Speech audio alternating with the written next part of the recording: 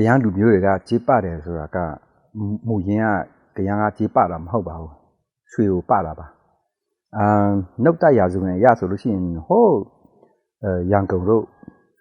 ရောက်သွားတဲ့ကာလမှာဆိုလို့ရှိရင်ရွှေညောက်တွေပေါ့နော်တကုံးလုံးပေါ်လာတဲ့ကုံတကုံရှိတယ်လို့ဆိုပါတယ်ဆိုတော့အမှရှားတော့လူမျိုးခြားနဲ့ရွှေတွေလူကြိုက်ရင်းနဲ့ကျွန်တော်တို့ကရန်ကလူနည်းစုဖြစ်တဲ့အတွက်ကြောင့်စီရှုံးတယ်ပြောရမှာနော်စီရှုံးတယ်ဆိုတော့စီရှုံးတဲ့အတွက်ကြောင့်ရွှေငုတ်တွေကိုဆွဲထုတ်ပြီးတော့မှလဘင်းပေါ်မှာတို့လက်ပေါ်မှာတို့ခြေထောက်ပေါ်မှာတို့ပတဲ့ကနေပြီးတော့မှနောက်ပိုင်းဆိုလို့ရှိရင်တော့ဒီထက်လှပလေးပအောင်ဆိုတော့မှရွှေကိုအချောင်းတေးလှုပ်မဲ့ပတဲ့အစီအစဉ်ရှိခဲ့တယ်လို့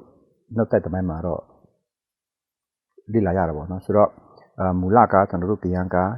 ကြေးပတာမဟုတ်ပါဘူးရွှေကိုပပါတယ်ပေါ့နော်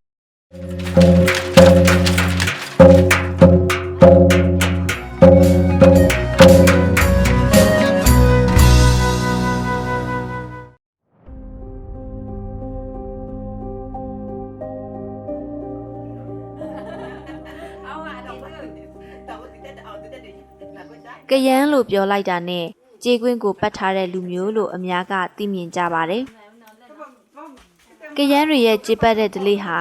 18ရာစုအစောပိုင်းကစလို့ပေါ်ပေါက်လာတာဖြစ်ပြီးကရန်မျိုးနွယ်စု၄ခုအနက်ကရန်ကငံမျိုးနွယ်စုကလွဲပြီးကြံမျိုးနွယ်စု၃နွယ်ဖြစ်တဲ့ကရန်လက်ထာကရန်လက်ဝှီနဲ့ကရန်ကဲတော့အမျိုးသမီးတွေတိုင်းကြေးပတ်ခဲ့ကြတာဖြစ်ပါတယ်။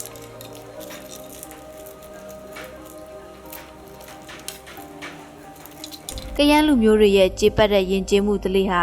ဘယ်ကနေအစပြုခဲ့တာပါလဲ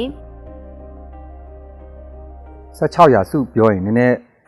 မတိချမှာဆိုလို့ပေါ့နော်18ရာစု1900အတွင်းလောက်မှာကတိချတယ်အဲ့ဒီ18ရာစုပေါ့နော်18ရာစုအတွင်းမှာကကျွန်တော်တို့ကရန်တွေက9နှစ်တစ်ကြိမ်မျိုးရိုးဗီဇတွေတွဲမျိုးရိုးတော်စမှုတွေတွဲချက်တဲ့ရလေရှိတယ်အဲ့ဒီအချိန်မှာပဲဗာလေဒီကျွန်တော်တို့အရင်တော့ကဆိုလို့ရှိရင်တော့ဒီငွေတောင်ပြည်မှာပေါ့နော်ဆိုတော့အမျိုးသမီးတွေကိုရောင်းစားတဲ့အဆင့်ထိဈေးကွက်တွေရှိခဲ့တယ်လို့ပြောတာပေါ့နော်အခြားသောလူမျိုးခြားပေါ့တရုတ်တို့ကမ္ဘောဒီးယားတို့လူမျိုးဒီမှာကုန်ကူကြီးနဲ့ပေါ့နော်ကျွန်တော်တို့ကရန်အမျိုးသမီးတွေကိုလာပြီးဝယ်သွားတဲ့အနေထားမှာလည်းရှိတယ်လို့နောက်တစ်ခုကဒီတချို့ကမဝယ်ဘဲနဲ့လာခိုးသွားတဲ့အဆင့်ထိဖြစ်သွားတာပေါ့နော်ဆိုတော့ဒီဘောတရားကအမျိုးသမီးတွေကအခိုးခံထိတယ်အမျိုးသမီးငယ်တွေကအခိုးခံထိတဲ့အနေအထားမှာလည်းရှိတယ်လို့နောက်ပြီးတော့မှဒီတိုင်းဆိုလို့ရှိရင်တော့လူမျိုးခြားတွေကကျွန်တော်တို့ကရန်ဆိုတဲ့လူမျိုးကိုမကြိုက်မနှိမ့်သက်အောင်ပေါ့နော်ယဉ်ကျေးမှုတစ်ခုခုတော့ပေါ်ထုတ်ဖို့လိုနေပြီဆိုပြီးတော့မှနောက်ကြောင်းပြန်တွေးကြည့်တဲ့အချိန်မှာကျွန်တော်တို့တစ်ချိန်တော့ကရွှေကိုပလာခဲ့တဲ့အုပ်စုဖြစ်တယ်ပေါ့ငကားနဲ့မတူအောင်ပတာတဲ့အုပ်စုရှိခဲ့ဖူးတယ်ဆိုတော့မှအဲ့ဒါကိုပုံပြဖော်ချင်တာပေါ့နော်ရွှေပတဲ့ယဉ်ကျေးမှုပြန်ပုံဖော်ချင်တယ်ဒါဆိုတော့ရွှေကရှားတယ်ရွှေနဲ့နီးစပ်ဆုံးအယောင်ပဲဖြစ်ပေါ့နော်ပုံစံပဲဖြစ်တူတာကကြေးဖြစ်သွားတယ်ပေါ့ဆိုတော့ကြေးရနိုင်ကောင်းပါပဲဆိုပြီးတော့မှရှမ်းကုံတယ်တွေနဲ့ကြေးဒုံကြေးခဲတွေပေါ့နော်ကြေးတတုရိုင်းတွေပေါ့နော်ဆိုတော့ရှမ်းကုံတယ်စီကနေတည်တာလို့ပြောပါတယ်ကြေးပတဲ့ယဉ်ကျေးမှုပေါ်ထွက်လာတာကမူရင်းအစကပြောမှဆိုလို့ရှိရင်တော့ကျွန်တော်တို့ရဲ့မျိုးကုံဇာတိကုံကျွန်တော်တို့ရဲ့လူမျိုးခြားကိုမနိတဲ့လာရလေအောင်မကြိုက်ရလေအောင်ပေါ့ကိုလူမျိုးချင်းဟိုကြိုက်ကြလေအောင်ပေါ့နော်သွေးနောတဲ့စနစ်ဖြစ်တဲ့အတွက်ကြောင့်သွေးနောခြင်းစိတ်တော်မပေါက်အောင်လုပ်မှပဲကိုလူမျိုးရဲ့သွေးစိတ်သားမှန်တွေရမယ်လို့ယူဆတဲ့အတွက်ကြောင့်ဂျေးကိုဗာလေပြန်ပရခြင်းဖြစ်ပါတယ်ပေါ့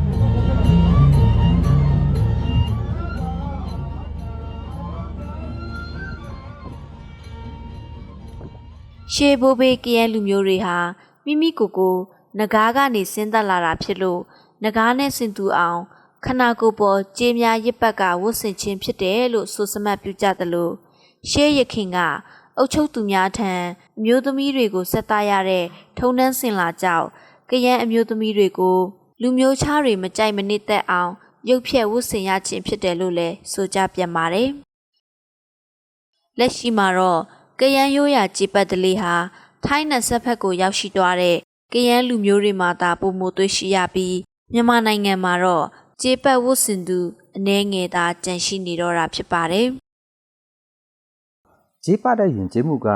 တင်ကောပြောက်ကွယ်သွားတာကဘာအကြောင်းကြောင့်လဲဆိုလို့ရှိရင်တော့ဘာသာရေးငကူမူရင်းကကျွန်တော်တို့က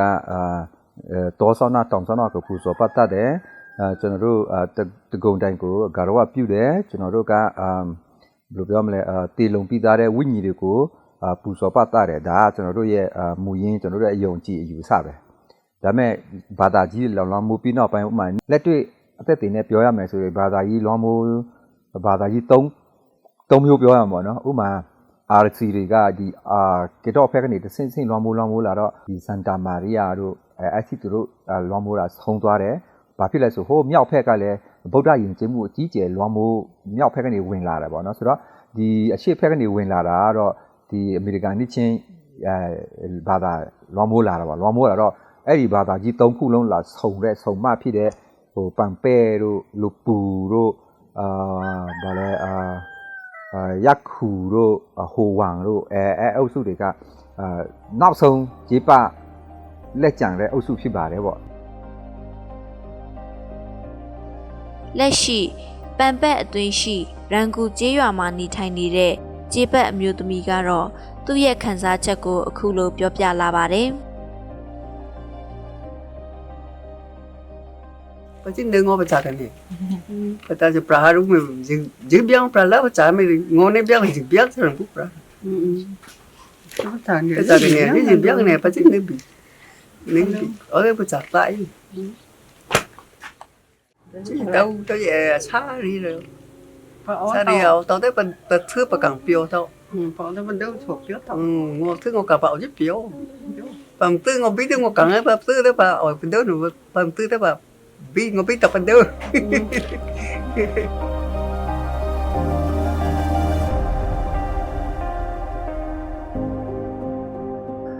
လက်ရှိဂျေးပတဲ့လူတွေကစိတ်သုံးပျောက်ကွယ်သွားပြီလားလို့ပြောမပျောက်ကွယ်သေးဘူးပေါ့နော်ဆိုတော့ထိုင်းနယ်စဖက်မှာဆိုရှင်ကလေးကဆဂျေးတွေ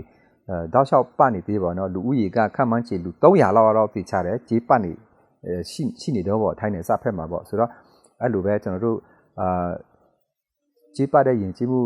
စိတ်သုံးတော့ပြန်လဲထိန်းသေးတော့ပြောတဲ့နီလန်းကကျတော့ဖြစ်နိုင်ဆုံးအခြေအနေပြောရမယ်ဆိုလို့ရှိရင်ကျွန်တော်တို့ထိန်းသိမ်းတဲ့ပြောမယ်ဆိုရင်ခေတ်အခြေအနေသာကောင်းမယ်ဆိုလို့ရှိရင်နော်ထိုင်းနယ်စကဂျေးပတဲ့လူတွေအကုန်လုံးကျွန်တော်တို့ဒီတွင်းမှာပြန်ခေါ်ဝင်နိုင်မယ်ဆိုလို့ရှိရင်တော့ကျွန်တော်တို့ထင်တယ်ဂျေးပတဲ့ယဉ်ကျေးမှုလည်းဆက်လက်တည်ရှိနေမှာပေါ့နော်